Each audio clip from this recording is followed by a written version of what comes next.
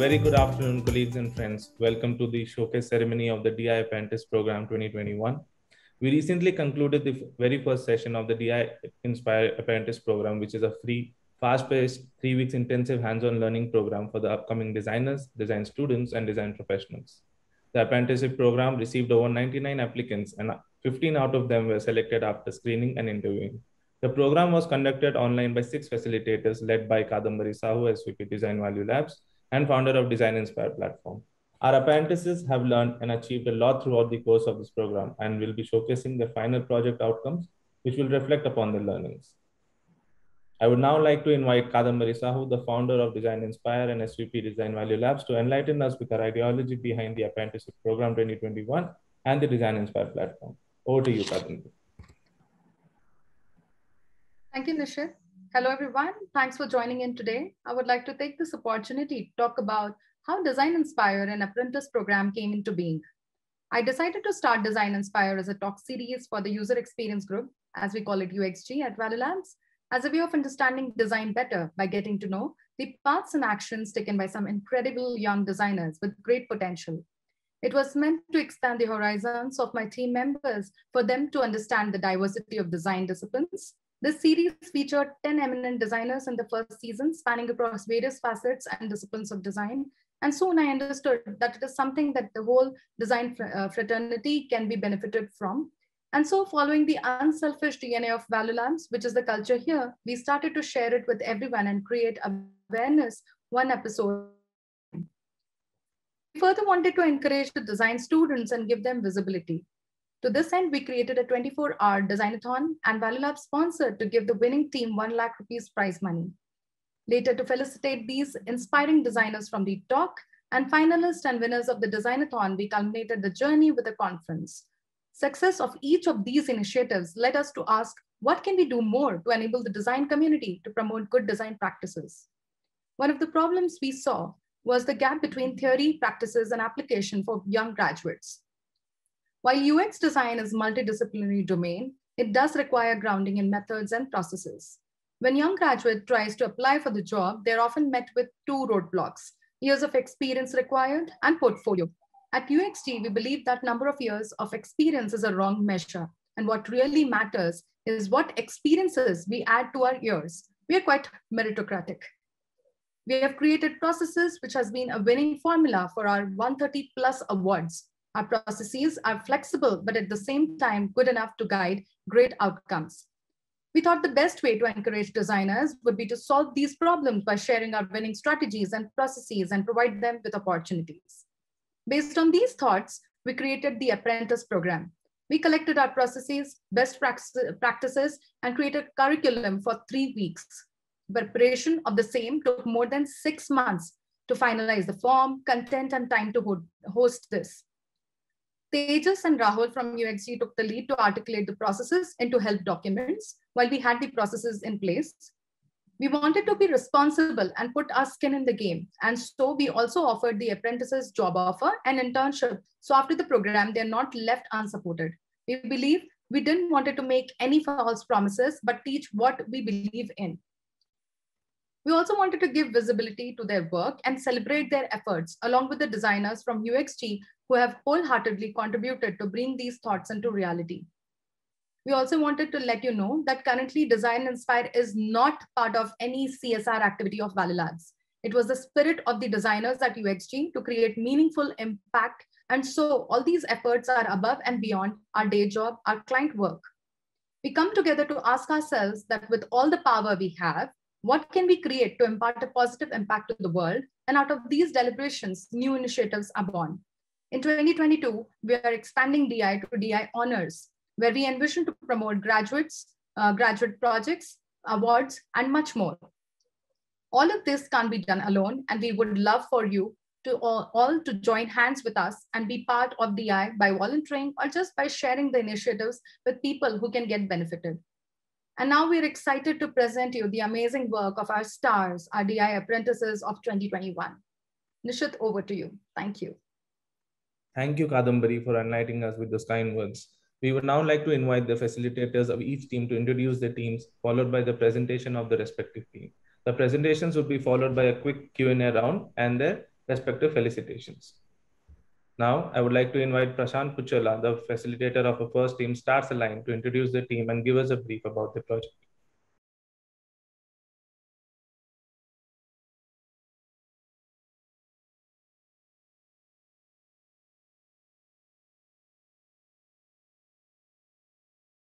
Hello everyone, I'm Prashant, the facilitator of Team Star Align. Today, I have geared up with super elegant designers from diverse design backgrounds.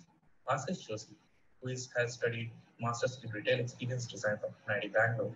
Aran Bharatiya, who is currently working as an instructional designer at Deloitte. Motilal Loganathan, who has studied Masters in Product Design from NIT Ahmedabad. And finally, we have Shreya Kota, who is studying Lifestyle Product and Accessories Design from Jain University, Bangalore. The design brief for this team is to create a platform to build a community of educators and mentors to enhance design learning. I know everyone is eager to view the projects. Without any further delay, I'll hand over to Team Star Align to present their work. Over to you, team. Thank you for the introduction, Prashant. Hi everyone, I'm Shreya. Today, my teammates Moti, Ashish, Aran, and I will take you through a proposal for a platform that will bring together mentors across the world in the hopes to improve design education.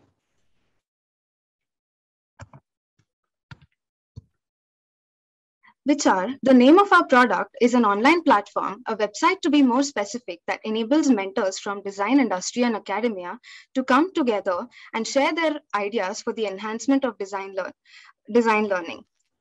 The purpose behind this was to ensure that mentors across the world connect, collaborate, communicate, and create. We'll get into more details about how the platform is supposed to work. Let's first take you through the journey of how we arrived at Vichar.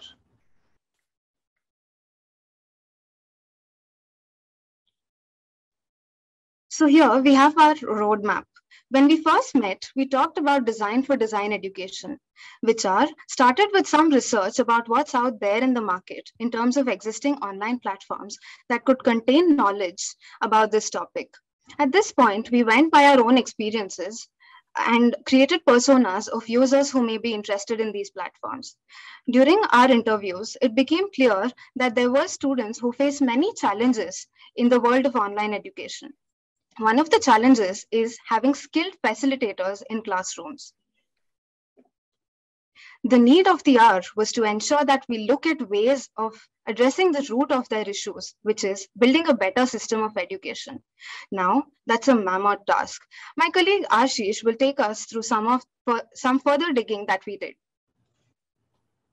Thanks for that, Shreya. So, in a study we came across, it was identified that design education in India will only boom as the industry demands for good designers keeps growing. However, let's view the current challenges. The number of design institutions have grown to meet the needs of an increasing number of students who have enrolled into these schools.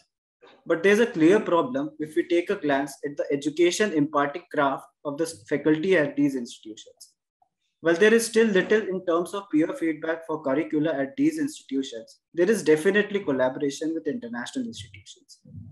So one of the things we considered is making Vichar open globally to designers across disciplines. Aran will now take us through some of the key highlights of our research. Thanks, Ashish. So with our research, we did not come across any mainstream platform dedicated to the growth of mentors. And of course, there is a vast gap between what's being taught in schools versus what's being practiced in the industry. This is where Vichar was born.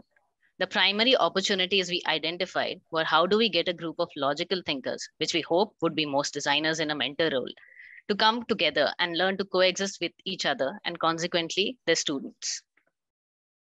And this led to a design brief, which you can see on the screen. Very quickly, we'll also look at what's currently out there. We have dedicated platforms for mentors and mentees to interact, but what about just the mentors? Some big questions we asked ourselves here were, how do we ensure the growth of our users? How do we ensure that the platform we create is not contributing to unethical practices in design or encourage harmful exclusionary systems? And with these considerations in mind, we got into talking about the depth of Vichar. I'll pass it on to Moti now for taking us through the ecosystem.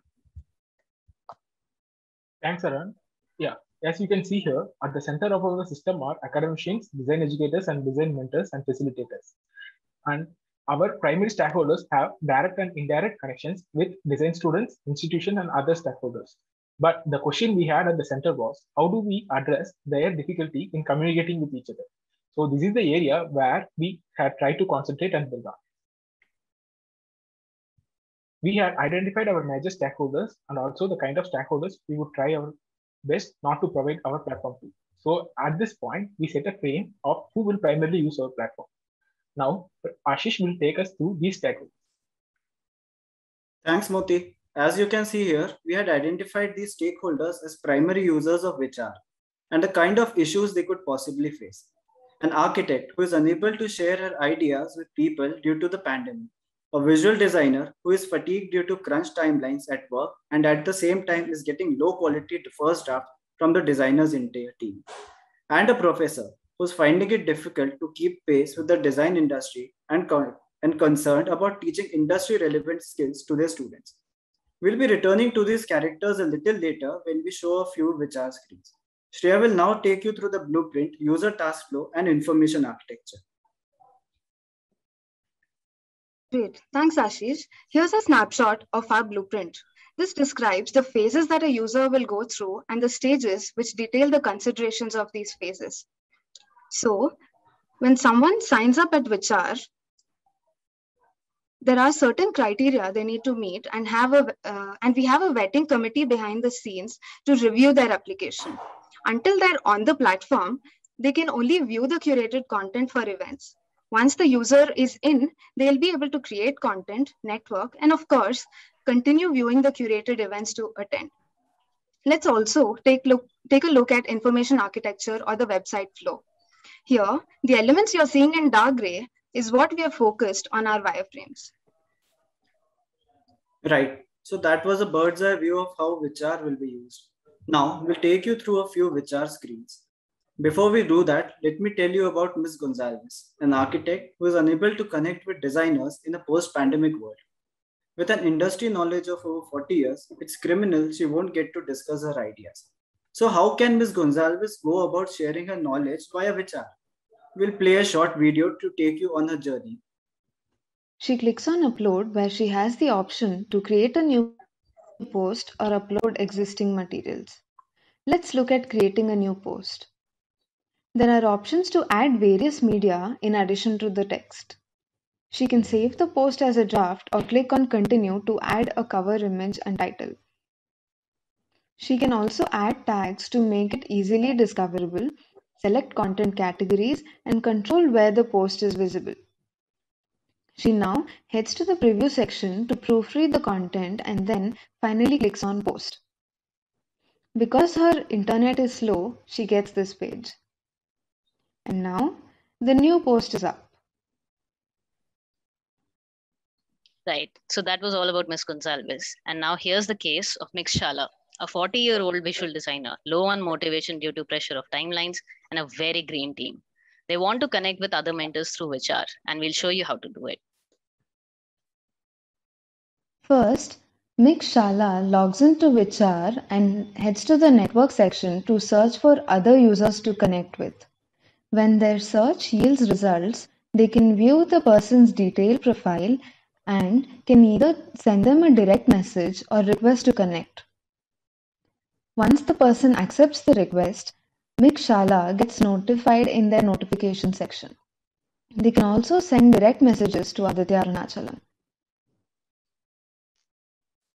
Okay, Aditya Arunachalam will find Ms. Shala in his DM. But what if someone wants to attend event to expand their design knowledge on the design domain? Here, Mr. Diwar, he wants to learn from industry experts, share his research, and get feedback from industry specialists.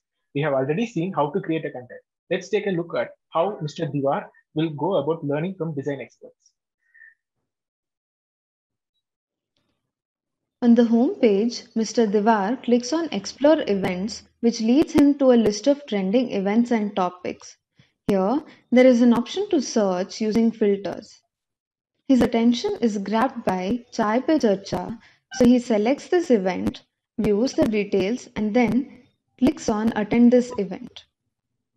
He is then redirected to to the third-party site to make a booking, as Vichar only curates events and does not host them. Thanks, Shreya. So that was an overview of the main features of Vichar.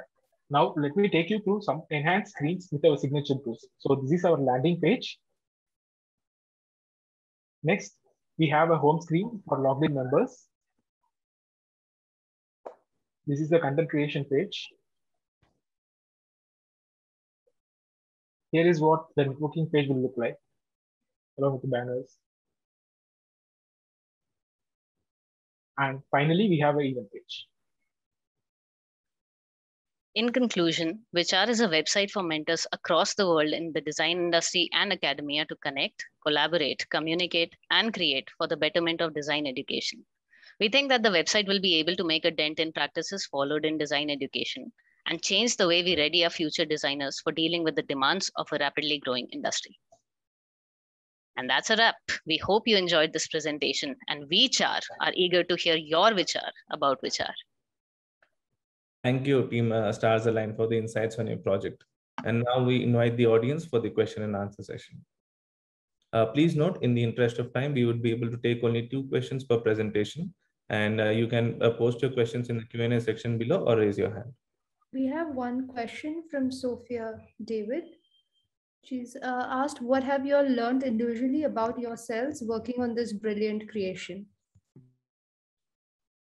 I can get started with that one, and team, feel free to pitch in.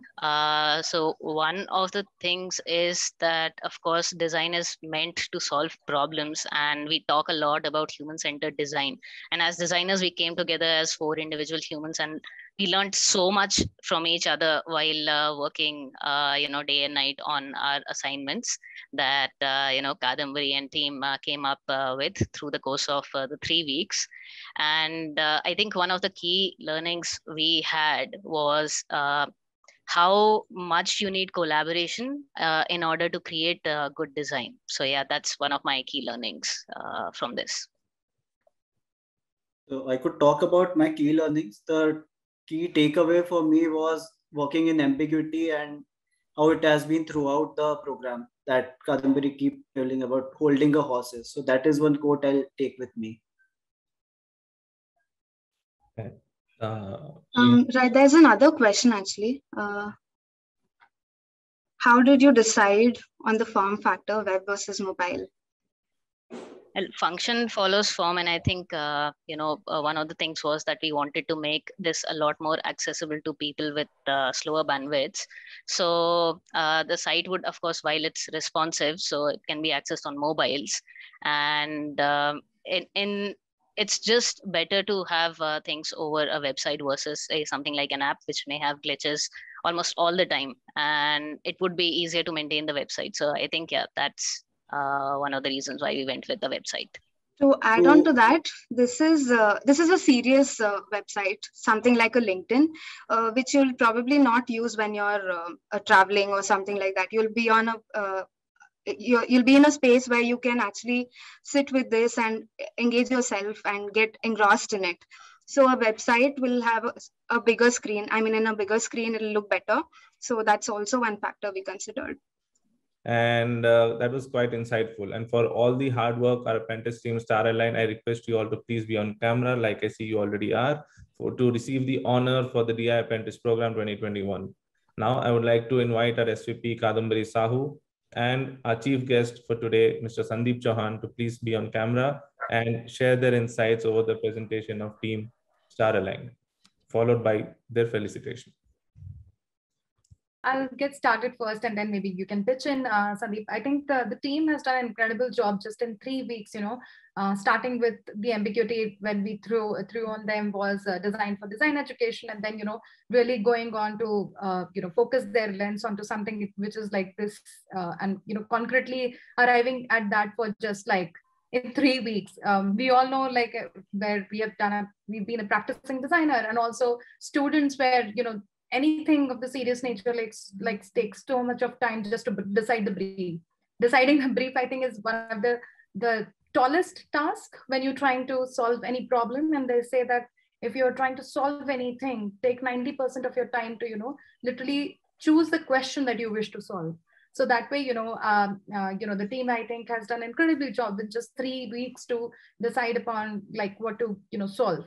Also, I like the viewpoint of, creating a dialogue-based social media for, people from academia and mentors and facilitators to come together.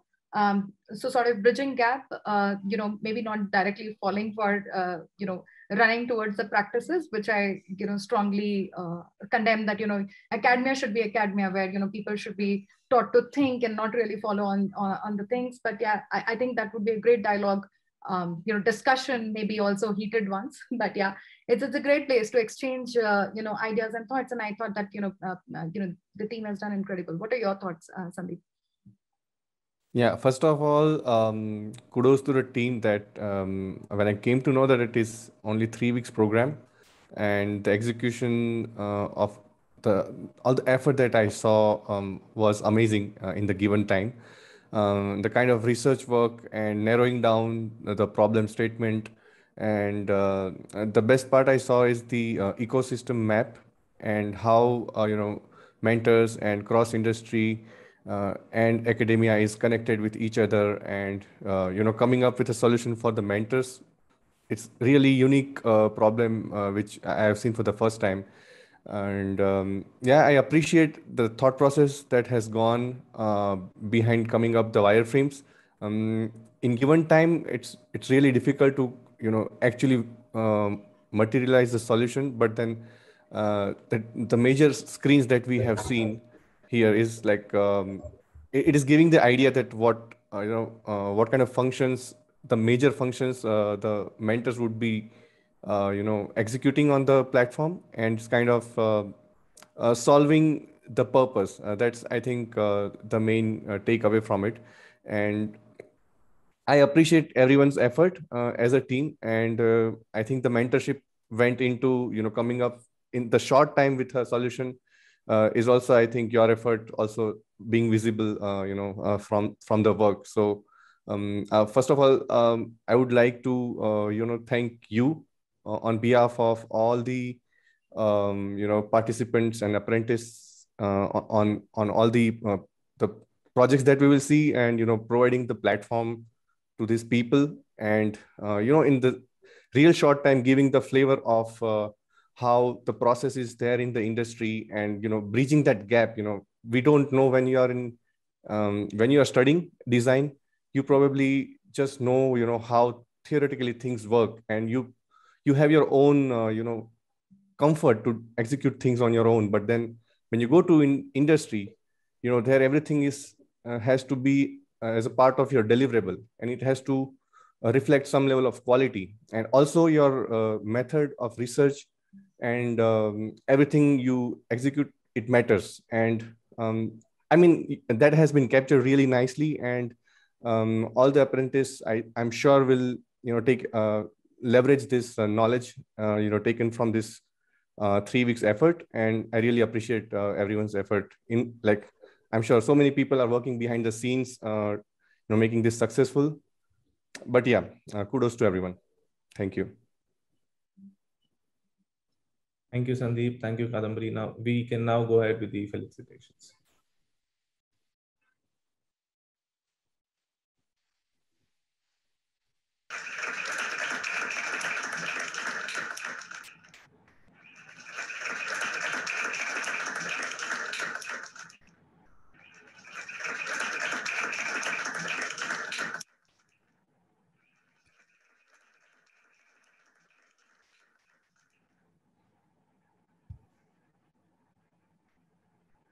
Thank you, everyone. We would now like our apprentices to share their experience with us.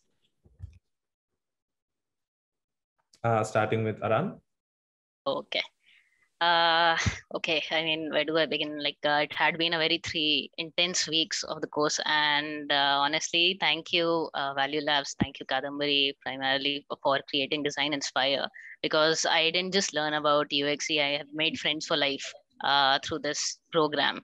And it was an absolutely, what do you call, a very a rigorous experience as well as fun, because I think without the kind of support and guidance we got from Value Lab, the team at Value Labs, and without my team members, this wouldn't have been as successful as it was today. I'm very, very proud of this team for the work that we did. And once again, thank you so much, Value Labs. Thank you, Kadambari. Thank you, Prashant. Thank you, Naga. Thank you, Anuja. And thank you, Pranshu. And Tejas, of course, for having this program. Thank you, Aran. Over to Shreya. Okay. For me, this 3-week apprenticeship program was a great sneak peek into the corporate world, because I'm a student and I haven't been exposed to these kind of programs ever before this. So this led to one major key takeaway from this program, that was to be comfortable with talking to new people, interacting with people and working with them for 3 weeks, and also being comfortable with ambiguity, which I didn't experience before till today. I mean, till the three-week program started. And I got perspectives from different people, because everybody came from different backgrounds. So their perspectives helped me learn a lot. So I thank Moti for teaching me how to get better in technical details and structures. I thank Aran for helping me with structuring information, how to make it more engaging, so people don't sleep while we are presenting. And I thank Ashish for helping me to take better decisions and making choices between which works better, which sounds better. And I thank the entire team. It was a great learning experience. It was very intense. I had a lot of sleepless nights, but I think it all paid off. I'm very happy with what we achieved. Thank you, Value Labs, Kadambari, and the UXT team for this opportunity. It was a great learning experience. Thank you, Shreya. Over to Ashish. Hi. So I'm in the middle of, I'm transitioning from retail experience to user experience design. And DI apprenticeship was the first stint with UX, which definitely was a holistic and an immersive experience for me. And I would like to thank Kadambari and the whole UXG team for this complete exercise. And a very special thank to my team, Aran, Moti, and Shreya. So looking forward to similar enriching experiences in the future with the team Value Labs. Thank you. Thank you. Over to Motilal. So as a product design student, I like to see how working in digital product and experience will look like. So I had entered into a DI apprenticeship program, which is an eye-opener for me actually. So and we had a lot of fun nights, and also at the same time we have a lot of sleepless nights. But yeah, it's all paid off. So I'd like to thank Kadambari and UXG team, especially Prashant and Anuja, who had guided our team for this complete exercise. And special thanks to my team members Aran, Ashish, and Shreya for being good friends of a lifetime. Yeah. Thank you, Team Starline. Now I would like to invite Naga Vyas, the facilitator of a second team, Trinity, to introduce the team and give us a brief about their project. Thank you. Hello everyone, I'm Naga Kanugovi, the facilitator of Team Trinity. The team is geared up with super energetic designers Gautam Madeti, who is studying his final year BTech in computer science from Amity University, Kolkata, and also doing his master's in UX strategies from Amity Future Academy. We also have Ananya Arya, who is studying her final year Bachelor's of Design in Graphic Design from National Institute of Design, Ahmedabad. Also, we have Poran Fukan, who is currently working as an interaction designer in Value Labs. The brief of the team was to design an online platform that helps students of various design institutes to connect and collaborate to work on different projects of their interests. Now, without any further delay, I would like to invite the team and present their work. Over to you, team.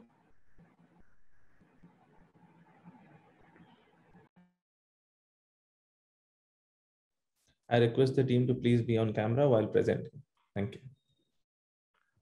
Thank you, Nava, for the introduction. Before we begin our presentation, we would like to offer our gratitude to Design Inspire platform for this apprentice program. A heartfelt thanks to Kadambari and team for the amazing learning sessions and the opportunities that we got during this period. And thank you, Naga, once again, and all the other mentors, along with our fellow apprentices, who have been very supportive and also have given us guidance throughout this learning process. So without any delay, let me take you through our presentation of our idea that focus on the theme of design for design education. DESCO by Team Trinity, Ananya Gautam and Parag, mentored by Kadambari Sahu and Nagavyas Kanugovi. We have found that in a design education ecosystem, learning together has been credited for intellectual stimulation, fresh perspectives, and motivation to embark on creative endeavors. But the pandemic has brought undesirable changes in the system in this scenario. Here are some of the issues that we have shared. We have observed that collaboration opportunities are limited to seasonal competitions, occasional academic projects, and also with tedious methods of team building. They feel less motivated to engage in teamwork in the online mode. Even if it happens, it is mostly within the peers of the same institute, and that happens in a limited network. So in these challenging times of connecting and studying remotely, we have focused on the ways to dilute the silo learning environment. To help you understand the scenario better, I would like my teammate Ananya to introduce you to Jayati and Oro. Meet Jayati, a foundation student at MIT Pune. As a curious design fresher, she enjoyed the studio environment where she got to learn and create through team activities and interactive discussions. Even outside the studio, she never missed a chance to reach out to her peers. But only after a year on campus, the pandemic hit and everything shifted online. At home, stuck within the four walls of her room, she found it difficult to keep herself motivated. She missed the days on campus when she could assist others on their projects. Catching up remotely was such a hassle now. She thought, I see my peers putting up their finished projects on social media. I wish I could be more involved in them, but I'll just have to get used to working independently, I guess. Now let's move on to Oro. Oro is a master's student at NIT Bengaluru. He has more experience in the field of design and is a creative thinker who keeps coming up with multiple ideas to experiment and have fun with. He knows college is the time to spread their wings and take the leap. His thoughts are, I have so many ideas, but working on all of them alone is just not possible. Is this what online design education has come to? Can design be learned in isolation? There are many other design students spread across design institutes with similar stories, so we came up with the brief. How might we design an online platform that helps students of various design institutes to connect and collaborate to work on projects of their interest? Introducing DESCO, Design in Collaboration. DESCO is an online platform that facilitates access to study resources and upskills, helps generate ideas and interests to kickstart projects, helps learn inter-institute methodologies, helps finding reliable teammates, building a reliable community, and creating a strong network across many institutes. Now I would like Gautam to show you how DESCO actually works. This is Oro, who has been using DESCO for a year to collaborate and create. He logs into their site with providing the login details, and once he reaches into the landing page, he clicks on the post an idea and he lands onto the page where he is required to fill the details about his idea, which is intended to start as a project. He fills in the details, which include the project title, description, goal, categories of the visibility, and few pre-reads for better understanding of the project. Now he clicks on publish the idea.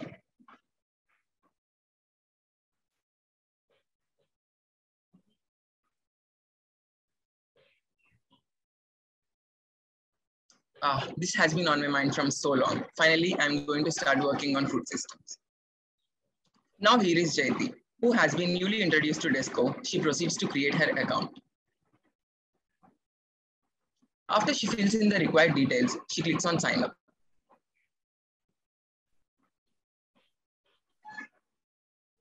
Doing that, she lands onto the homepage where she gets to know she can either explore projects or post an idea of her own. She also gets a view of how the platform works, and when she scrolls down, she comes across the fresh ideas, ongoing projects, and featured projects. Being curious, she clicks on view more. As soon as she does that, she sees an overwhelming number of projects, but she decides to explore only the fresh ideas and uses the filter section to do that. After she does that, she gets the filtered options. She goes for the most recently posted idea and clicks on the project posted by Oro. Here she can find all the details of the project provided by Oro, like overview, teammates, and resources.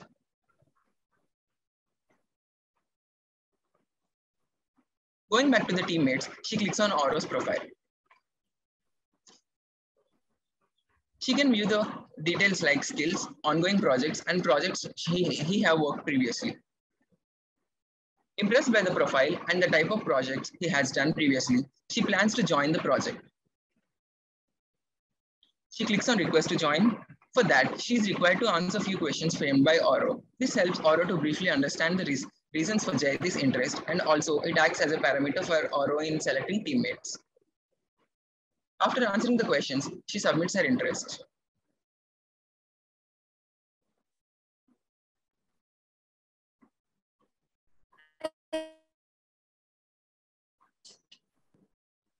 Meanwhile, Oro gets notified.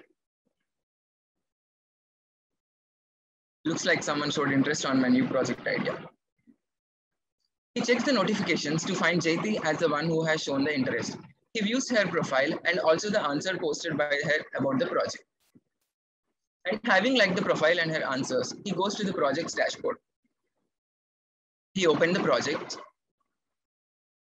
and he decides to schedule a meet before finalizing her as a teammate. After a discussion with Jayati, Oro decides to add her to the project. Welcome to the project, Jayati. Hey, Oro, thank you so much. I'm excited to work on this project. After Jayati and Oro forms a team, they are facilitated with chat interface. They are also provided with suggestions of tools where they can use while collaborating. In addition to this, they also get a cloud repository to store their project-related data. As Jayati and Oro collab on their project with the passing time, they can also add new team members to their project. In the update section, they can give their monthly updates to remain active on the platform. They mark their project complete once they are done. Congrats, Jayati, we have successfully completed the project. Yes, Oro, that was great working with you. And finally, I'm happy for spending my time productively. Like Oro and Jayati, there are many other students who can use the platform for engaging themselves in different projects with their chosen teammates to work on various things. This is how we aim to connect, collab, and create through Desco.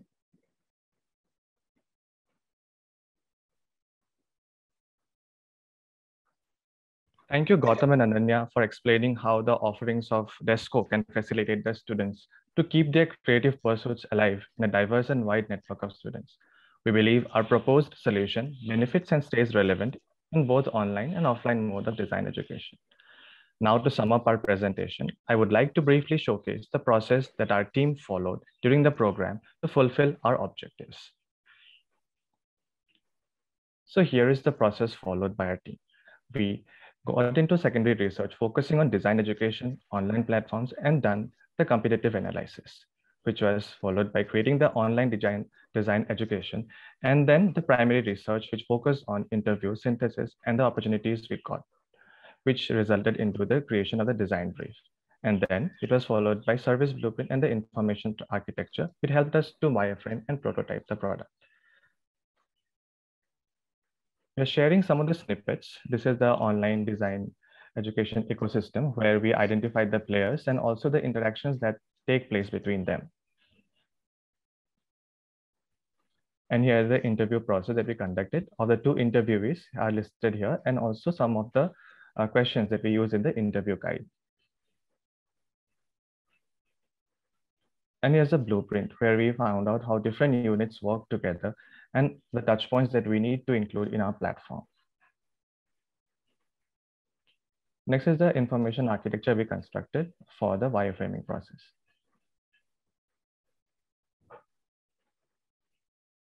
These are some of the wireframes that we made. And this is the brand guideline we use for the UI part of the platform. Desco future prospects. Here are some of the future prospects we just shared. And our hope is that a platform like Desco will not only help students to connect, collab, and create together, but it will also sustain a network of collaborative budding designers to champion creativity and innovation across the world in future. With this, we believe our team have been able to learn and apply our learning to explore impactful possibilities in this apprentice program. Thank you. Thank you, Team Trinity, for sharing your learnings and showcasing your work with us. The stage is now open for questions from the audience. So one person from our team has asked a question. What were your challenges during the selection of the brief?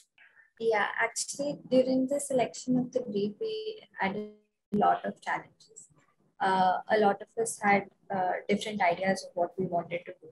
It was a very vague brief to begin with that had to be narrowed down and made into something that can be comprehended and an output we put out within 3 weeks. So that was something that was very challenging. We had a lot of debates because online design education is a very vast concept, and design education itself is unlike normal, other non-design education courses.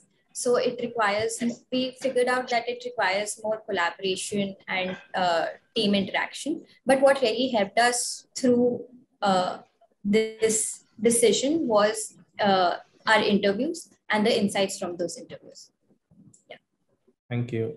We have another question from Kunal. He's like, excellent presentation. I like the illustrations and the animations. What more would you like to do if given 3 more weeks to this project?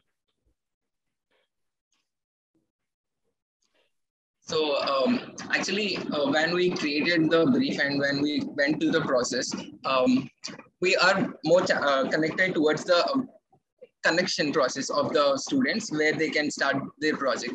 If we get more time, we can increase the experience of collaborating also, where we use the third-party services like which we showed as tools. We can directly replicate them or make the better experience for collaboration also.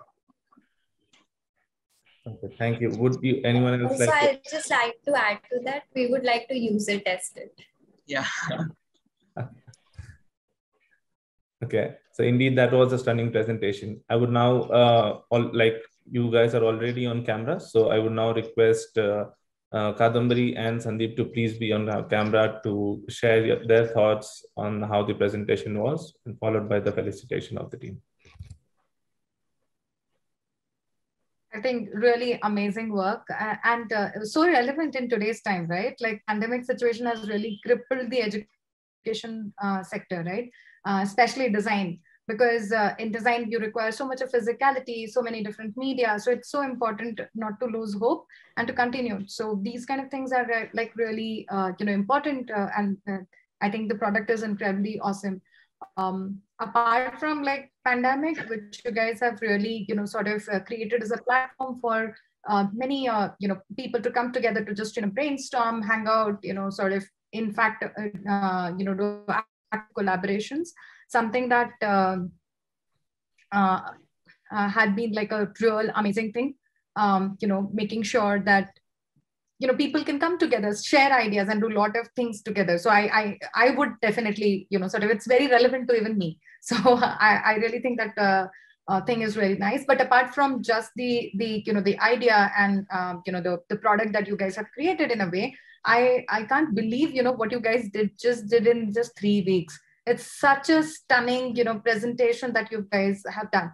And not only in terms of the UI or things. I think one of the greatest strength of the program has also been the apprentices themselves, because the kind of skill set that they brought to table. And to look at you guys have definitely sort of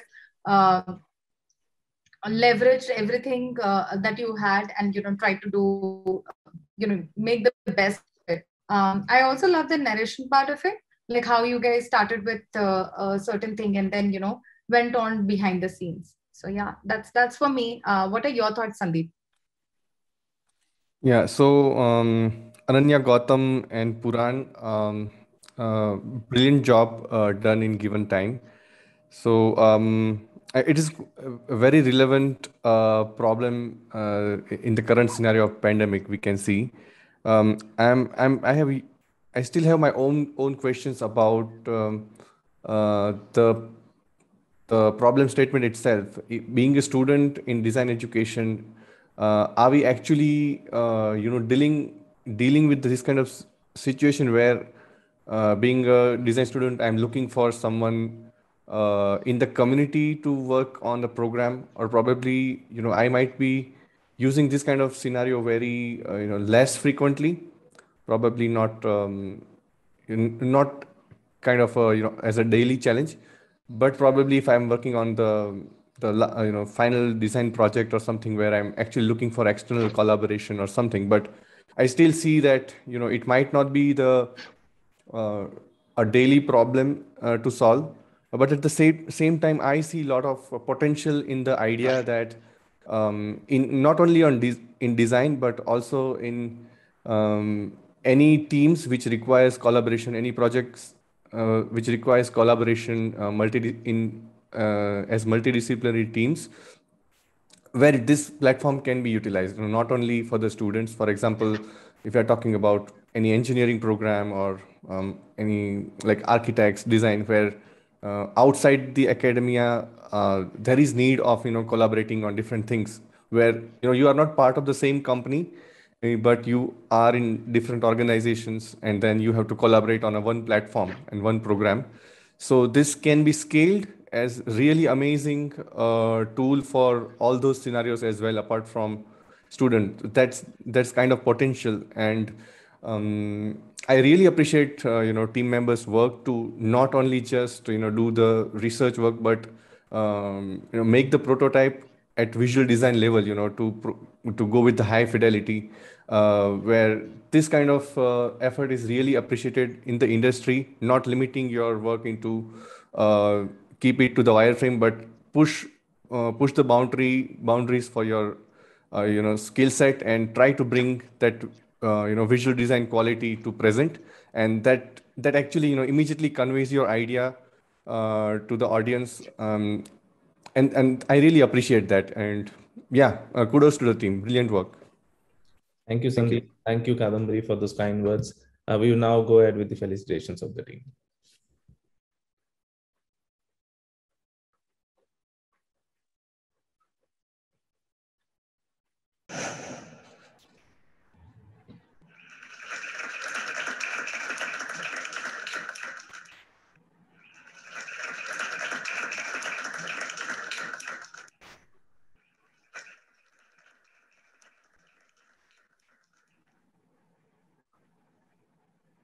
Thank you. We would now like our apprentices to share their experience with us. Starting with Ananya.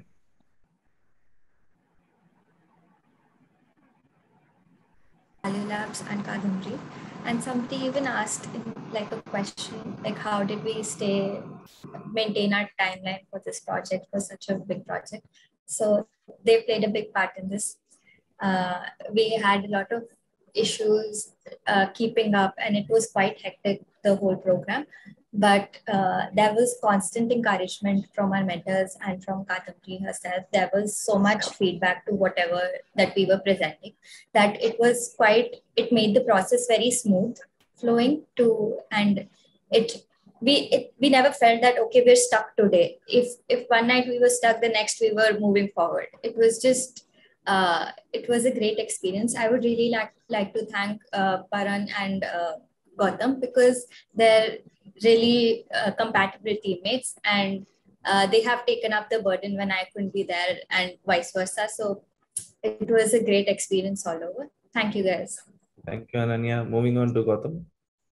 Yeah, first of all, I would like to thank the Design Inspire platform for giving me this opportunity, where I learned a lot apart from my academics, or I'm not from a design background. Being a technical background student, I learned a lot during the platform.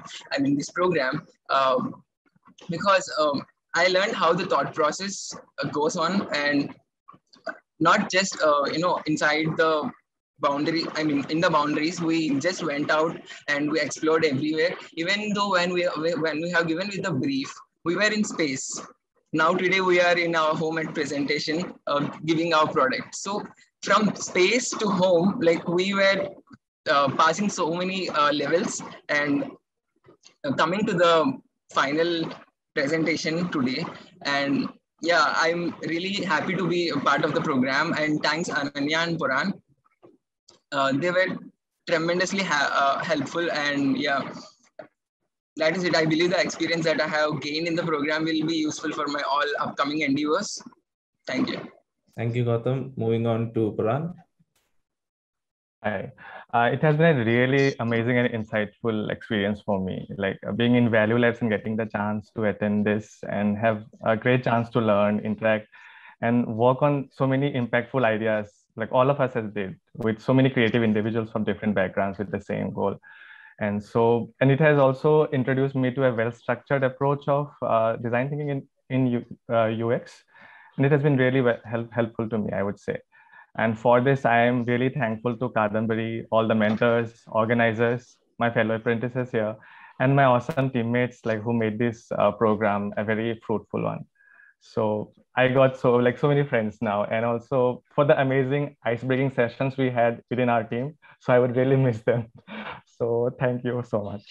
Thank you, Puran. Thank you, Team Trinity. And thank you, Sandeep. And thank you, Kadambari. We would now take a short break of 5 minutes before we proceed with the next two teams. We request everyone to please be back on time, as our apprentices will be eagerly waiting to present their work to you.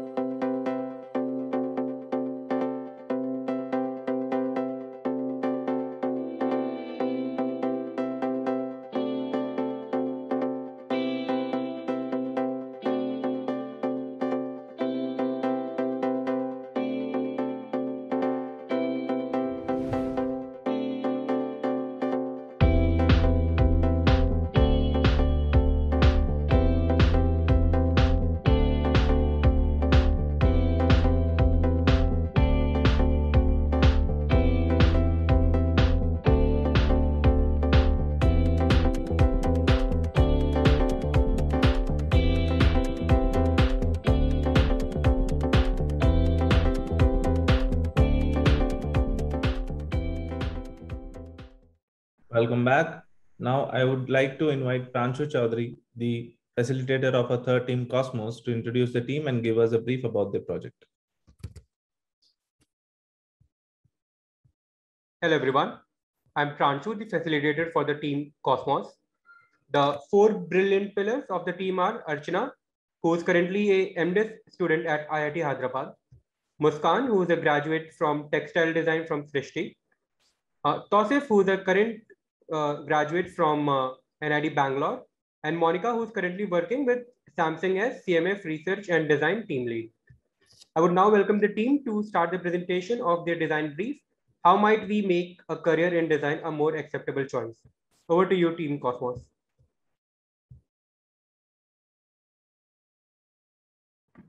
Thank you for that introduction, Pranshu. I'm Muskan from Team Cosmos, and I'll be taking you through the first phase of our journey where we explore the context and arrive at a refined brief based on the problem we identified. Next slide.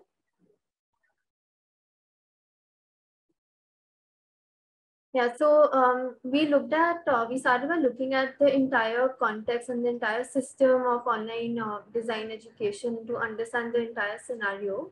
And we looked at several models and resources that enable online design education. And this study gave us a broad view of what the system looks like. So this helped us immerse ourselves into the context completely and give us a complete picture of the problems and opportunities in the different education models. So we looked at MOOCs and we looked at inspiration providing platforms and awareness providing platforms, formal education that has gone online, places where we find online design communities, etc., to study the scope of online design education.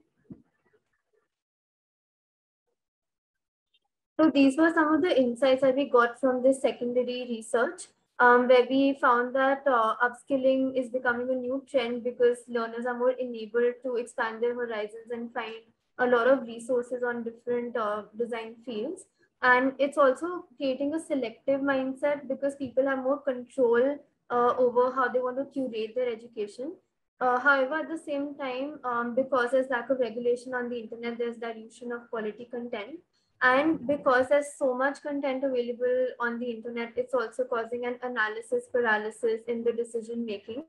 At the same time, it's becoming more easier to switch into a career in design, and it is also becoming more accepted because people are able to experiment with different domains. So making the switch and transitioning is becoming easier. So from here, we studied the ecosystem of the actors who are involved in this system, and we understood where they're coming from, how they relate to each other, and what kind of roles they perform within the system. And we categorize them into different user groups based on the kind of roles that they perform. So from there, we identified potential pain points of the different user groups that we could use as potential areas for us to intervene into as UX designers. But we decided to target the learner persona. And what we did was while identifying these problems, we realized that we wanted to take a step back from online design education to first ask the question, that is, how do learners choose to pursue design in the first place? So we wanted to start at the beginning of the learner's journey instead of the middle of it, to understand how they take the first step of making a career decision and how they may be choosing design as a career decision. So from there, we'll go to the final brief that we arrived at. So this was the final brief where we wanted to understand how we might make a career in design a more acceptable choice. And then to further study this hypothesis and to support this hypothesis, we sought out to conduct primary research to collect relevant data. And now I will hand over to my teammate Archana to present the next phase. For the primary research, we conducted interview of 2 candidates. One was Pinky Mehta, a lawyer who we tagged as a mid-career non-designer. And the next was Abhishek, a student who was doing his master's at IIT Hyderabad. We tagged him as a transition designer.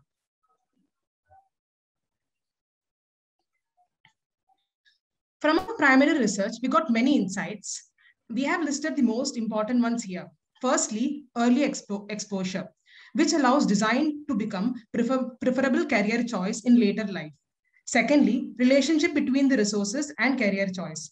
Lack of resources on the Indian specific scenario, growth rate, salary structure, and opportunity has affected the design as a career choice. Thirdly, underconfidence in taking design as a career choice, which means an individual is not able to talk about design with his parents, friends, or family due to lack of clarity of the field, making it difficult as an option. The fourth one, question of intellectual engagement. It's a common perception that design field does not demand intellectual engagement. And finally, popularity of apparent. Visually rich fields are more popular than representation of the design thinking process. So what did we do? We set out a direction to explore how to introduce a design mindset at the early stage to increase the awareness and design appreciation. Next slide, Toss. From our insights, we arrived at the final design brief. That is, how can we create early design sensitization through greater visibility about value and contribution of design in everyday life? Next. For the final design brief, we started building our solutions. First, we brainstormed as many solutions as we could. Then we selected one solution and refined on the same. After that, we created service blueprint, information architecture, user scenarios, task flows for the same. Finally, we did the wireframe for the specific task flow. This would be explained in detail by Tausif. Thank you, Archana. So, right. Now we are ready to build the solution. And what just Archana mentioned was the overview of the process we followed. So this is the final direction we chose after doing multiple iterations and exploring multiple directions. We thought design charades to be the optimum solution. So what is design charades? It's a thoughtfully crafted interactive walkthrough. It is for students and it is designed to facilitate meaningful engagement by creating this interactive walkthrough which inculcates appreciation for design. through designed objects. So the first step to doing that was creating the service blueprint. We conceptualized the service till now, but what we're doing here is that we are breaking it into its phases. On one axis, we are mapping all the phases that are going to happen in the service, and on the y-axis, we are mapping all the people who are involved in the service. So at the intersections, what we get is what the activities they do.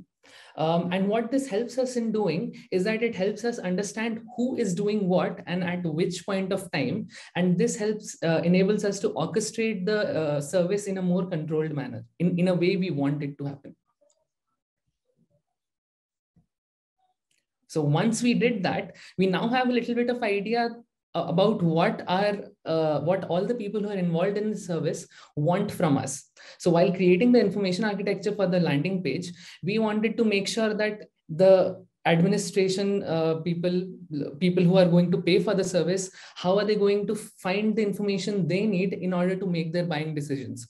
So if you are a parent, how are you going to see what is this going to do and how is this going to contribute in your child's education? Or if you are a teacher, it will help you to find the resources that you need in order to teach this designed mindset in your class. Once we had that, the next step was scenarios. So we mapped out all the most likely scenarios that can take place in our service, and out of which we took the most important one, which was the actual experience of the service. So to build that out, the first step was to map the task flow. What do we mean by that is that we break down the scenario into its granular parts in order to show you how it is unfolding, basically, from the beginning to the end.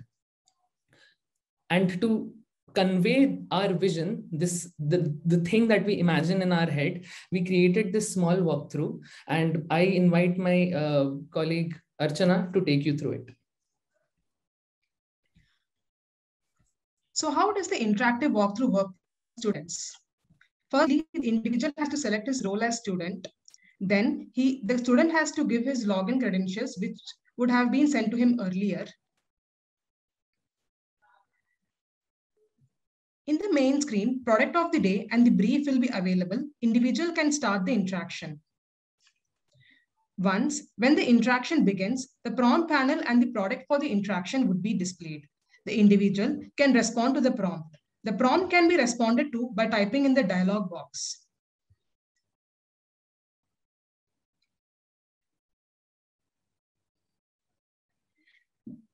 The individual can also interact with the product at atomic level, like panning, zooming, and viewing it at different views. In this scenario, if you see, the student is examining the material of the product.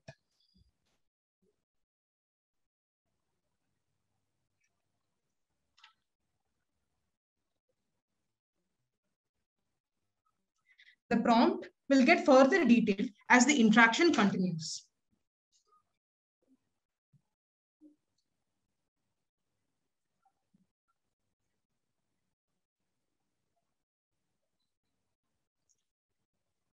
After the walkthrough, review will be conducted. The walkthrough ends with a brief quiz to check the understanding of the student, and that is how the walkthrough concludes. So what is the potential impact of Design 360? Firstly, spreading awareness, when they will be equipped to share this learning with others and their parents. Next, critical lens. This activity will improve learners' ability to observe everyday surroundings. Thirdly, it will help them choose this as their career option. And finally, the most important one, a greater value of the role in design in everyday life will be instilled. Next. We would like to conclude by telling the best way to predict the future is to create it. And we believe that Design 360 will be creating a new future for the online design education. Thank you. Thank you, Team Cosmos, for making us go through your vision. The stage is now open for questions from the audience. Okay, we have a question from Naga Vyas. Any problems you have faced during interviews? And also, how were you managing internally while working remotely during the interviews? How, like first, the first part of the question about research. So what we did is we tapped the resources we had in our surroundings. So the first research participant was like we found her through one of our contact within the fellowship. So people in the fellowship were kind enough to lend us contacts. And secondly, the other person we found from our team, like one of her friends, they volunteered for the research. So given we had only 1.5 days to take the interviews, do the transcription and then the tagging, so we could only manage 2. And coming to the second part of it, I guess, I mean, we had no other choice. So we had to like work through Miro and the other cloud-based tools. But yeah, I mean, my teammates were, you know, understanding enough, and we had that resonance from the beginning. So we managed somehow. Okay. An anonymous person has asked a question. Is this product limited only to product design students? I can take this. So this was just like to, we took like this Ames chair to just like give a vision, use it as an example, but it is not limited to just product design or any one field. The idea is to expose students to the idea of design, not just through products, but different sort of like design objects or different sort of even like digital products, apps and stuff could be, you know, a part of the content of our platform. So the entire idea is to use design objects or design experiences that are close to them, that are a part of their daily life, so that they are able to connect to the idea of design through their everyday life, through things that are available around them, but not limited to product design. Okay, that was inspiring. I would request the team to please be on camera itself. And I would now like to invite Ms. Kadambari Sahu and Mr. Sandeep Chauhan to please come on camera and share their insights over the presentation.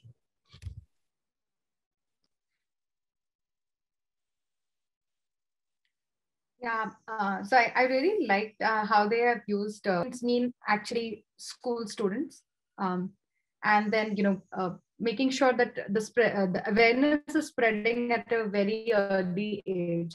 It's also good because, you know, what happens is when students, like school students, are studying, their parents become part of it, right? So the awareness is also then becoming part of so basically we're also educating parents in that case. It's also relevant because currently, you know, Government of India is trying to look at, you know, how might we create these sort of education systems, design education system for young, so quite well. So I see actually a business opportunity there for you guys to literally go over it. Some of the other comment feedback in terms of, you know, expanding or leveraging this service is not to keep it only digital. So when you're looking at the, you know, service design point, it can be also something that you can, you know, sort of supplement. There are certain services in like robotics education and things like that, where they don't limit their, you know, things only to screens, maybe something, you know, you can build it. So it can have like a pedagogical activities, like, you know, some of the activities for student to actually touch and feel, if specifically if it is like an object. I think you know, very much required, apart from, you know, looking at something which is digital, to have something like physical, like, you know, literally touching the material like leather, or let's say, you know, how the finish would be, and then, you know, maybe making them do something, you know, so it is like, you know, there in their psyche, maybe just creating a small chair, maybe nothing to do with Eames chair, but, you know, something like that for kids to just enjoy and learn. And it can be, you know, part of those creative things that we can do. So yeah, but yeah, as I said, it's quite relevant, and also a great opportunity right now for you guys to, you know, pitch into Government of India. So yeah, what are your thoughts, Sandeep?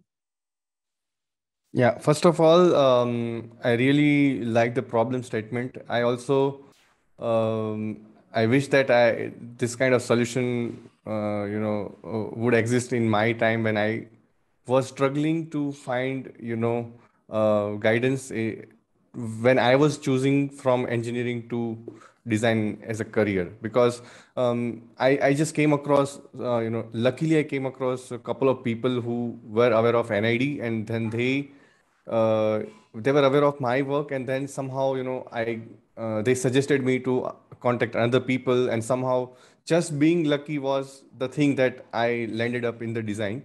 But yeah, if this kind of tools are there, it's at public access, then it could be really easy for people to get oriented to what is design education and how to make better choice about it. So that's really I think it's going to be really useful if we can really achieve to create this kind of platform.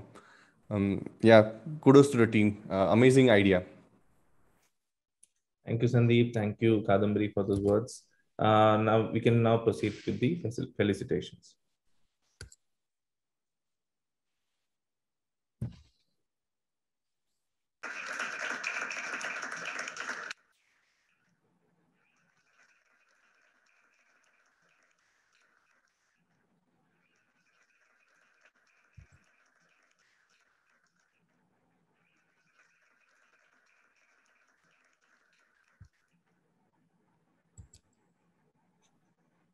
We will now like our apprentices to share their experience with us.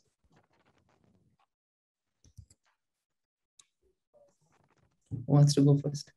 Yeah, you can go first, Joseph.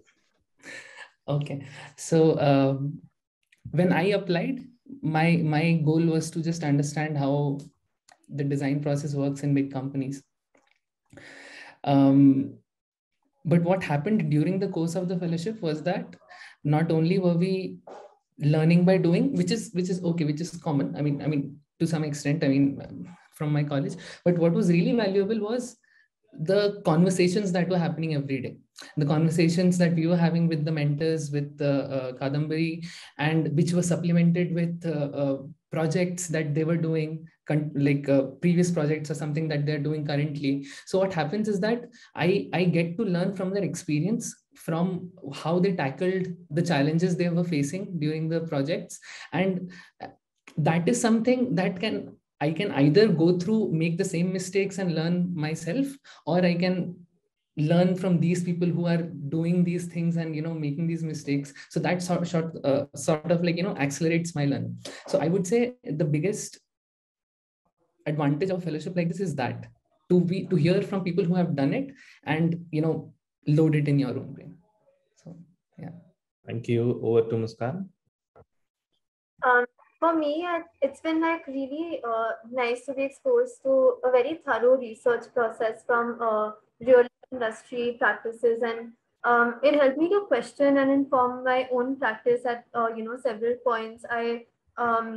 What I did was like with every session, I sort of like went back and sort of reflected upon how I have been doing things, and like questioning and critiquing my own way of thinking and doing things. And every day we were sort of like going from one step to the other. So there was like a really nice flow to the whole thing, and it was pushing us, because like it was a tight like 3-week course. It was like pushing us to make very quick and more like intuitive decisions. And discussions with the facilitators and with Kadambari, not just about the process, but just about like a mindset, about like a certain way of doing things and perceiving a design practice. That was also like really nice. And even discussions within the team, when we spend like nights just like arguing about like things. It was like it was a lot of fun, sort of like putting like our points forward, but also learning to be open to other people as well. So it was like the whole engagement was super interesting and enlightening. Thank you. Thank you, Muskan. Over to Archana. I had a very great journey in this program. Like there are a lot of takeaways for me. Firstly, this program taught me how we should not templatize UX, and there is going to be no standard methodology for following. Then it taught me how you have to broaden all my horizons, and importantly taught me how to work in groups, that late night discussions, the arguments that we had, and the brainstorming sections. That was like really important, and I had a lot of takeaway from that. And another important thing that I learned outside this program from the Kadambari is nothing but inclusivity. And I believe as a designer is going to be very important, and I will always remember that. And again, I thank Pranshu, Kadambari, as well as Valuelabs for this great opportunity. Thank you. Thank you, Thank you, team Cosmos. I would now like to invite Tejas Nagdev, the facilitator of a 4 Team Futura, to introduce the team and give us a brief about their project. Hi, I'm Tejas Nagdev and facilitator of Team Futura. The team consists of Arun Vijay, who is a photographer, Vinod Raja, who is currently working as service designer, Ria Francis, she is currently pursuing Masters in Design from IIT Hyderabad, and Nisha Mehta, who is an apparel design graduate from NIT Gandhinagar. Their design brief is to create an online platform for design students to document, share, view, discuss, and be updated on the ongoing work of their peers. Now, I would like to invite all of them to present their work. Over to your Team Futura. Good luck. Thank you, Tejas. Good afternoon, everyone. I am Nisha Mehta, and we are Team Futura.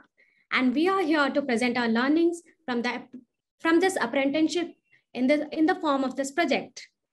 Let me start with posing this question. Have you ever struggled to find and compile all the data you have recorded for a project?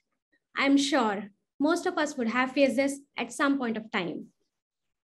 And if your answer was yes, you are not alone. We have also been there, done that.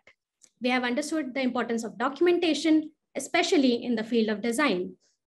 That is how we thought of Bujo, a platform dedicated to solving this problem.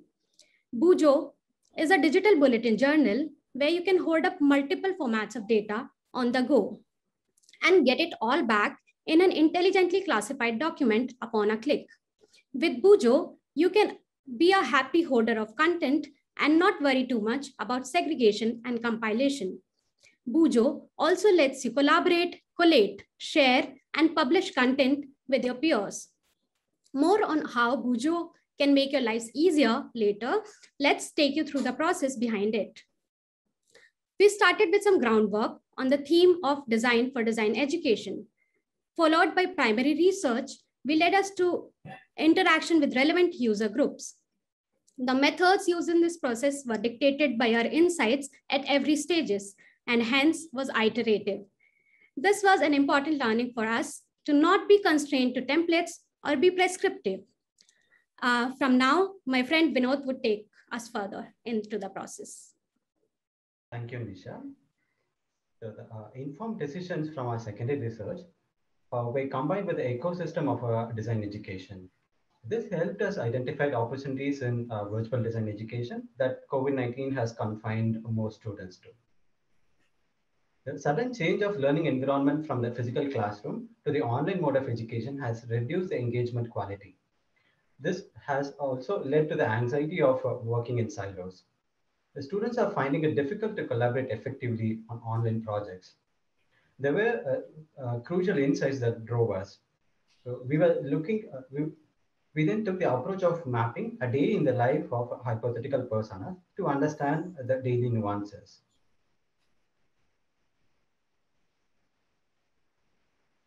Insights gathered from our entire gamut of research led us to the brief. Our hypothetical personas are Sid, Jenny, Abhay. Jenny is a design professional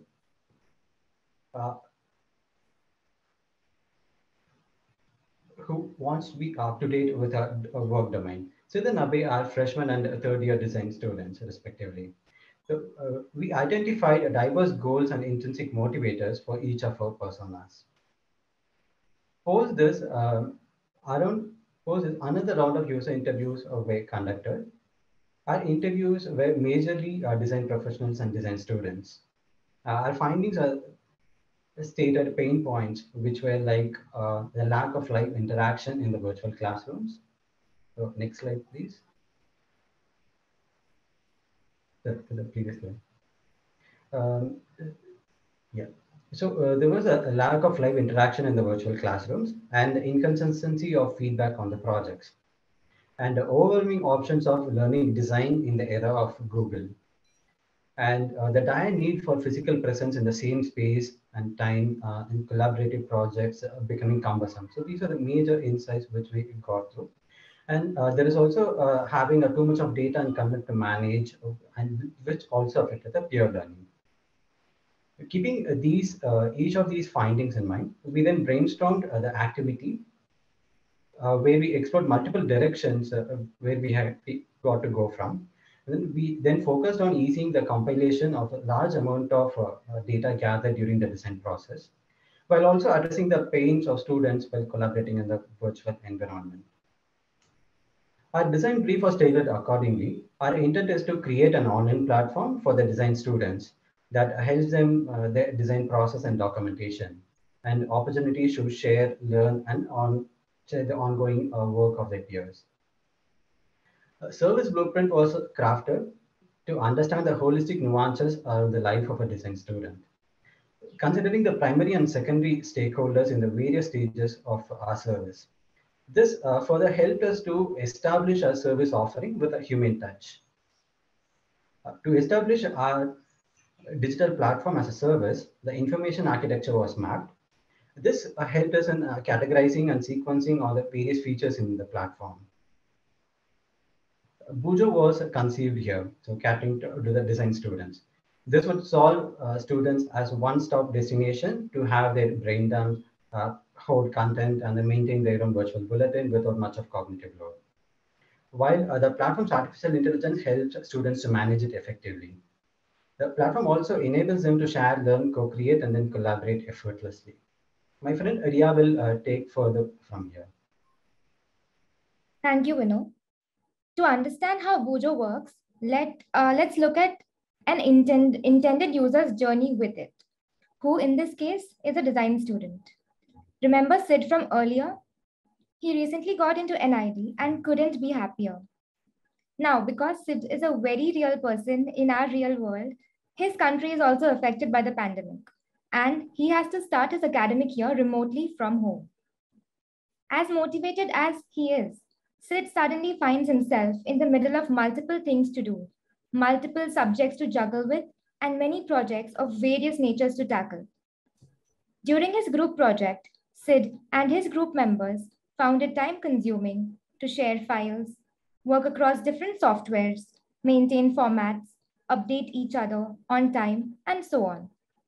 Asking each individual to finish and update the next individual about their progress was hectic. Most of their time was spent in checking with each other for updates, planning the time to meet on video conferences, choosing who will work on what, make a timeline for each task, among other things. This gave them less time to actually work on creative generation of ideas and innovational co-creation. Chunks and parts of their project were done differently by different individuals in the team. Bringing it together for proper documentation was laborious, and hence they ended up missing out on documenting their work properly. But hey, that's what we are here for, right? Sid's classmate Jenny discovers Bujo and recommends it to him.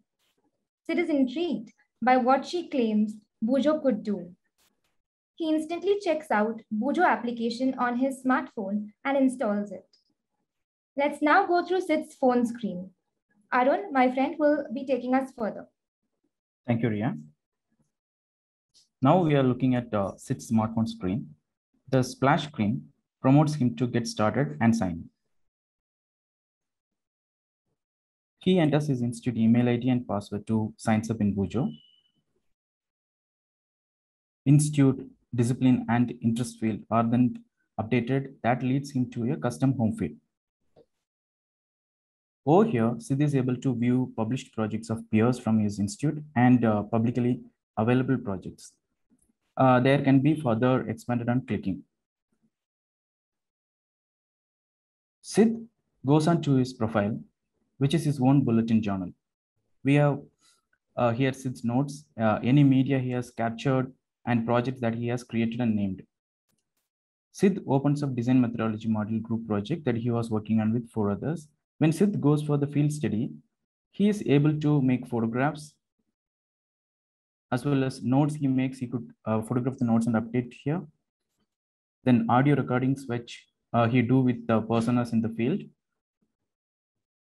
as well as he could do videos too, and other media that get stored under this particular project. After 3 weeks of data collection and group work, it's time for SID's group to collate their work. How do they do that? Easy. Just use Bujo. This time, SID accesses Bujo on his desktop interface and opens up to the project they were working on. Over here, he adds the Photoshop and Miro files and other files that he worked on outside to Bujo. So Bujo supports insertion of files from multiple formats and softwares.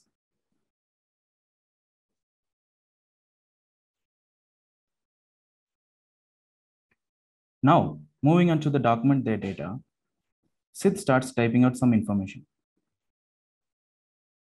and gets promoted by Bujo bot with a corrected suggestion of the same. Now it is up to SID to decide to use the suggested version of it. So once he convinces it, he clicks it to add it. Post this, Bujo suggests color palettes for SID to preview and choose from.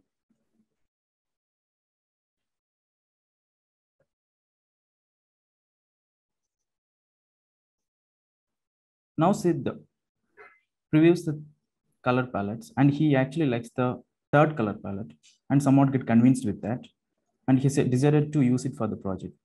So he goes on and apply it.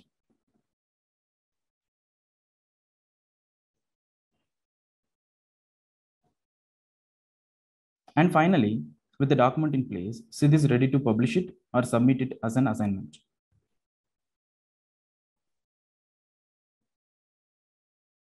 Thanks, Arun, for the demo. That was a glimpse of what Bujo could be. Bujo could help design students to document their work systematically, unify work across platforms effortlessly, manage collaborative work, and also aid in remote learning. Depending on the responses from the pilot run for Bujo, Bujo can also be expanded beyond Design Institute and design students too. With Bujo, we hope that documenting will never be a hassle again. That would be all from our side. Thank you all for being our audience. Thank you, Team Futura, for showcasing your work. The stage is now open for questions from the audience. Okay, we already have a question. What were the criteria to recruit the users for interviewing? I could take that. So like we said in the process, we started with hypothetical personas. So over here, we were imagining the day in life for different users.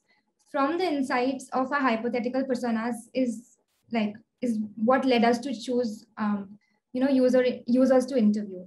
So from our insights, from the hypothetical personas, we took up what kind of people we should interview, what profession or age group they should be in.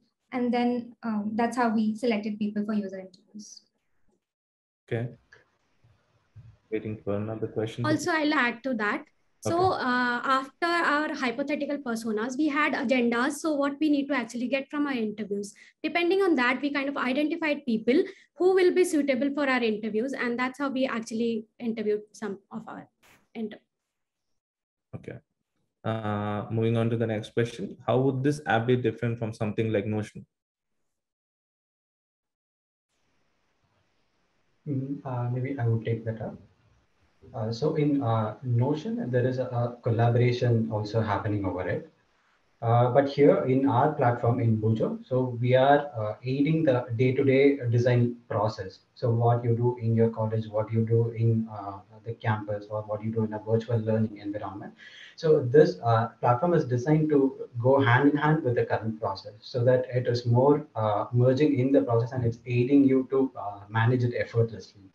So the hassle of all management has been taken care of by this platform. Whereas in Notion, it is all for the mass audience, whereas there is a slight limitation of customization. But here it's tweaked to the design students. To add to that, Bujo also, you can carry it around in your phone and anything and everything that you come across can be captured and put in. Yeah, for the designer, whenever you go on a walk or whenever you're climbing a mountain, you get some brilliant ideas. So you don't have a place to document it. So that is also one of the areas which we want to intervene. So thank you, team, for answering the questions. As you all are already on camera, I would now request Ms. Kadambari Sahu and Mr. Sandeep Chauhan to please come on camera and share their views on the presentation of Team Futura, followed by the felicitation. Sure. I think any design student or any design professional can vouch for this idea, I'm sure. We've all been there, as Nisha puts it, and can't stress enough that how much hassle it is, like if we don't do it from the start, right? Then it becomes figment of our imagination. Rather than literally what happened, we construct stories as how the process went. So that's the one point. But I also believe that, there's a lot of learning that happens when you reflect, when you sort of document. There's a lot of reflection that's happening for the design, specifically for designers, and actually for anybody who's done any sort of project. When they reflect back, there's new ways of thought processes that comes into the picture, and what can be done. So I definitely think it's a very relevant solution that can be actually be taken to a business opportunity. So yeah, well done, guys. That you can work upon is maybe a little bit of presentation in terms of making sure that it is more crisper in terms of what you can sort of showcasing, maybe more on the visual terms. Let's say if you're sort of presenting it somewhere for a pitch presentation, let's say. So for all of those things, you would require that. But all in all, amazing effort, and I think very relevant idea and solution for anybody who's doing work, and especially for designers and design students. So yeah, what are your thoughts, Sandeep? Yeah, so being student, I remember we used to document in our final project, and the documentation has to happen on day-to-day basis, because we are experimenting with different ideas, in the phase of discovery, and we need to, capture somewhere. So the only tools that we had was like, Word and Photoshop and everything, but then everything is, separate tools. We used to keep everything in one folder somehow, and then at the time of generating final diploma project report, that's again, it used to happen in InDesign. So like there was like a lot of tools changing and keeping different type of files and in categorized format is also kind of a really time consuming and tedious task. But anyways, we have to do it. And now imagine this tool can be really handy in this kind of situations where everything is at one place, and probably even you have other tools which you use, but at the end you might be using video or picture or audio that can be part of your report directly. So there is a lot of potential, and it's really I like the idea from the core. And yeah, so few things immediately coming to my mind by looking at the kind of work which I saw while you guys presented. Like there were a lot of inconsistencies in terms of when we looked into interface of different the screens that you showed, and also the overall oral language of the whole presentation was also kind of that can be improved definitely. And a very specific question about that logo. So I saw some whirly circular logo. Is it the Bujo logo, or what is it? So it is the Bujo logo. So we want it to be a fluidic and organic format. So designers always think in organic format. So we wanted that to reflect in the logo. So that was the intent behind that. Okay, so it's really good idea to show something ambiguous or not really nice immediately, but then again, like how you present it on the screen, that makes whole experience about it. So probably you could, while placing it on the screen, on different screen which I saw, could be there could be better choices around it. And even that logo is raw in its own identity, but still it could represent your idea really amazing way. Yeah, but then I like the choice that you made to keep it like that. And apart from that, amazing job. Like you guys have done really nice research work around it, and it can be really useful tool if you can really implement this one. Thank you. I'd like to add some more things here. Yeah, I'd like to add some more things here. I think, during the graduation project bit, I think people go in paralysis, documentation paralysis. I'm not sure if many people have heard about those kind of things. Like literally people have taken 2 to 3 years to just write the document. So the impact of your project is really something that, if you guys can really, sort of take it a little more deeper level, I think you do definitely have potential. And also,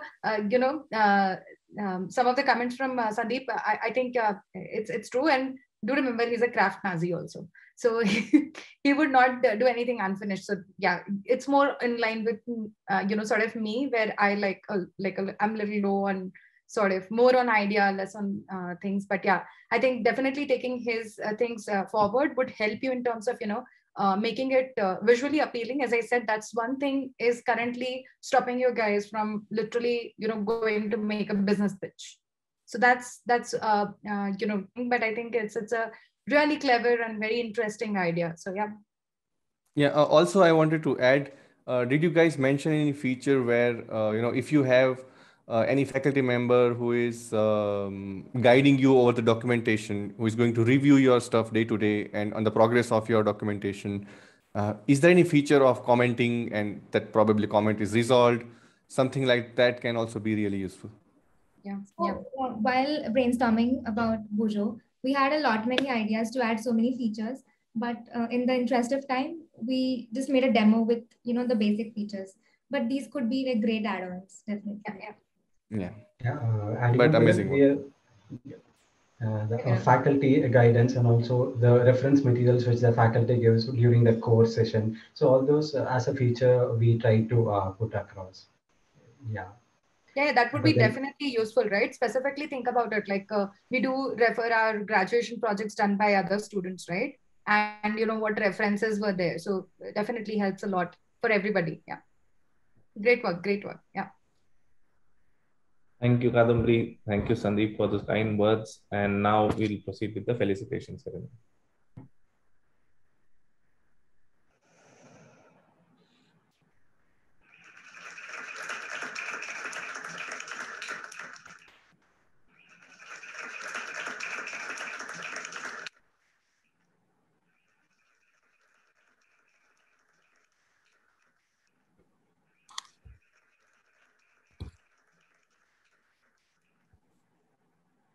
Thank you. We would now like our apprentices to share their experience with us, starting with Ria. Okay. So I think this apprenticeship program was a good glimpse for me to the practice of UX in corporate. And being a student, that will definitely give me more confidence to carry on for my other projects in college. These 3 weeks were intense, but I'm grateful to my group for being supportive. My major learning here was that we took 2 weeks just to arrive at the design brief. And my major learning was that it's fine to take your time, but you just need to find that one thing that you really want to solve. So I think I learned that, it's fine to hold your horses, take some time, find that place you want to really, intervene in, and then go forward with it. I would like to thank Tejas. He almost on a daily basis, he used to speak to us and help us out. And also Kadambari for envisioning this whole opportunity for young designers like myself and for the design community. Thank you. Thank you, Ria. Over to Vinod. Yeah, first I would like to thank Wiley Labs for creating this platform for us to come together and learn. So I was in the state where I want to have a sneak peek of what exactly going ahead in the digital domain. So coming from a strategic design background and being as a service designer, I was not really aware about what are the industry working force behind this UI design. So this opportunity came at the right moment, right time, and especially with the right set of people to guide us and mentor us, especially Kadambari and Tejas, and also the entire 15 apprentices. So we had a lot of good chance to co-learn with our peers. So like co-learning was the most crucial aspect. And then I just came with an intention to have a sneak peek, but then with Kadambari's mentorship, we got a dunk into what exactly the industry goes into just in the short span of 3 weeks. So, which is really helpful, and we learned a lot into this. There is a lot to take away from this in our career. Yeah, thanks for this. Thank you, Vinod. Over to Nisha. I would like to thank Value Labs and all the DI team for really giving us this opportunity and this experience. And it has been intense for us. Similarly, I believe it would have been intense for all the team. So thank you, guys. I would also like to thank Kadambari for actually mentoring us every day and encouraging us to be to show our individuality in all our work. Apart from that, I would also like to thank my team. And my major takeaway from here would be to be comfortable with the ambiguous state that we as a designer are always in, and to make our way out of it, So from now, if I'll have a situation and I am ambiguous about that, I am sure I can make a way out for me. And last but not the least, I would especially mention Tejas here, not just for his guidance every day. Other than that, Tejas, whenever anxiety crept in, you were there. So thank you so much. So yeah, Thank you, Nisha. Over to Arun. This was a great opportunity for me. Being a photographer, this apprenticeship eased out my learning towards UX design. The whole program felt like working on a real-time office project rather than a educational training. And I thank Value Labs, especially Kadambari, then Tejas and other mentors for their valuable guidance. And I thank my teammates for their fantastic support. Thank you so much. Thank you. Now, with all the 4 presentations done, I would like to invite our chief guest, Mr. Sandeep Chauhan, who is currently the senior design lead at Frog, to share his experience of the apprentice program with us, along with his insights over the 4 presentations. Over to you, Sandeep. Okay, so again, thank you, Value Labs teams, and especially Kadambari to invite me in this event. And yeah, I'm really impressed with the kind of initiatives that Value Labs has started, not only just in the interest for the company, but also in the interest of our youth of the country. And I have been like observing this in all the projects that I have seen, that I saw myself struggling in my initial days after just passing out from NID and working on initial days of the program. That ambiguity, right? When the brief is not clear and you don't have enough guidance. In fact, the client themselves are not clear what they want to make. And then you have to struggle to select, okay, probably even if you don't have experience, you don't have that skill set, but you have to own that part to make a judgment and take the decision for the client and for yourself that, okay, we want to solve this problem. And I remember that I spent almost more than a month to decide that, okay, this is going to be my project brief. There were a lot of back and forth happening between the company and the faculty and my team. So it's really I remember that time of struggle. And you guys are doing it even before going to the industry, so that's kind of rehearsal that you are getting in 3 weeks time, and you are introduced that this is the challenge, and you have to achieve something in 3 weeks time is something really amazing. And yeah, you have taken, I think, advantage of it, and I'm sure it will be really handy. And the kind of mentorship that you have received from Kadambari and Value Labs team, it will be definitely helpful, and coming from their real life experiences, it will contribute to your future career for everyone. And I really appreciate like each and every student's effort that they have struggled when they talked about their anxieties, and when they went through that ambiguity and confusion, spending most of the time not actually making but figuring out what to do. So these are the everyday challenges when you will be in your design career. You will be facing, everyday basis that, what to be done, even if the program is for, 6 months or a year.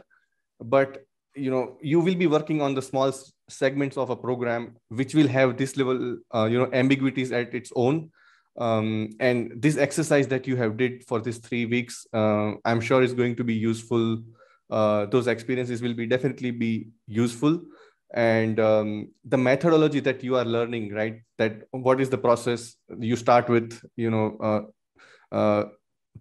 the describing the problem statement, or probably redefining the problem statement, and then you start with research, secondary research, primary research, and then you come up with the synthesis.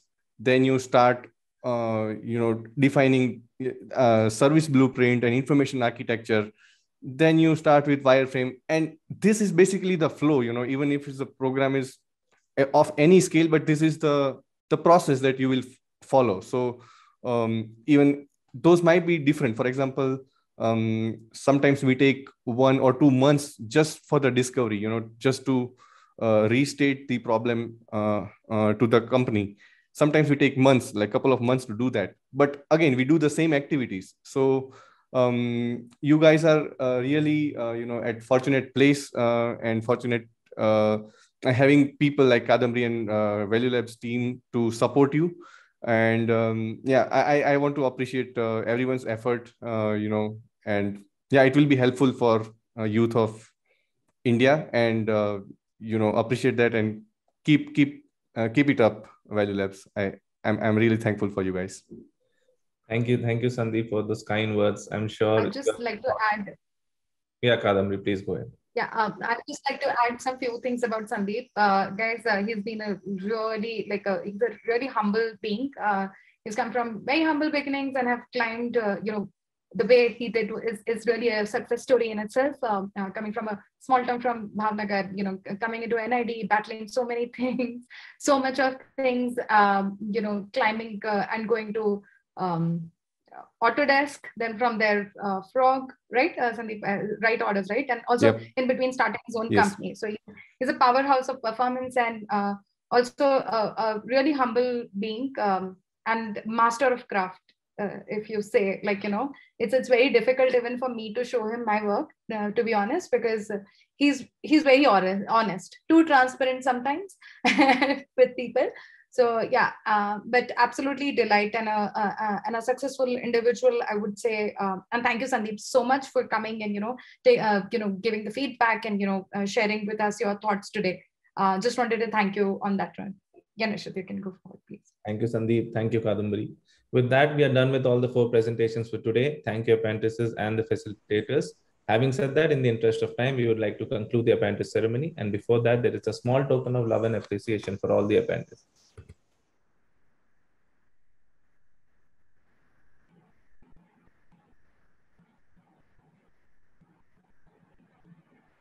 That's cute. You guys can take a screenshot. Hooray for class of 2021, guys. And special thanks to Tejas for creating this. Yeah.